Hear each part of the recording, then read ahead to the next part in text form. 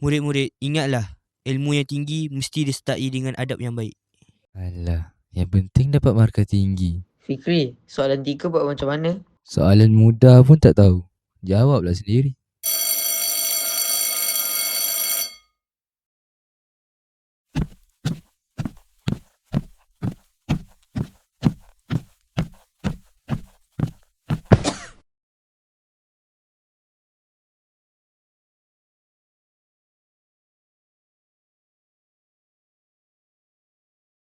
Hai, nama saya Adibot.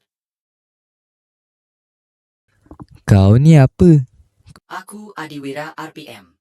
Kuasa sebenar seorang pelajar bukan pada kepandaiannya sahaja, tetapi pada akhlaknya juga.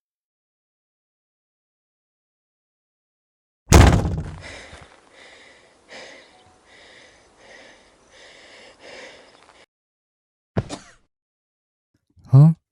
Macam mana dia tahu sebenarnya?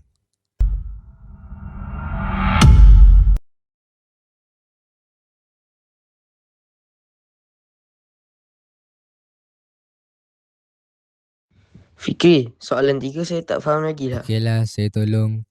Mula-mula kita kena fahamkan soalan ni dulu.